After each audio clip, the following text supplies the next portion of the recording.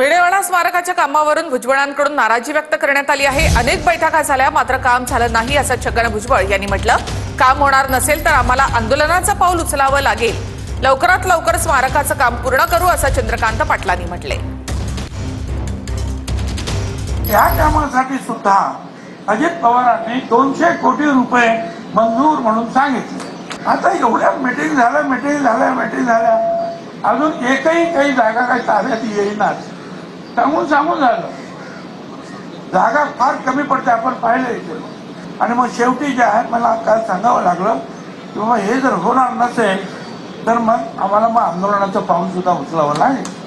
सगळ्यात महत्वाचा मुद्दा आहे तो फुलेवाड्याचा आहे। हे मान्यच आहे की याला 200 कोटी रुपये शासनाने देऊनही लँड ॲक्विजिशन भूमी अधिग्रहण लवकर होत नाही।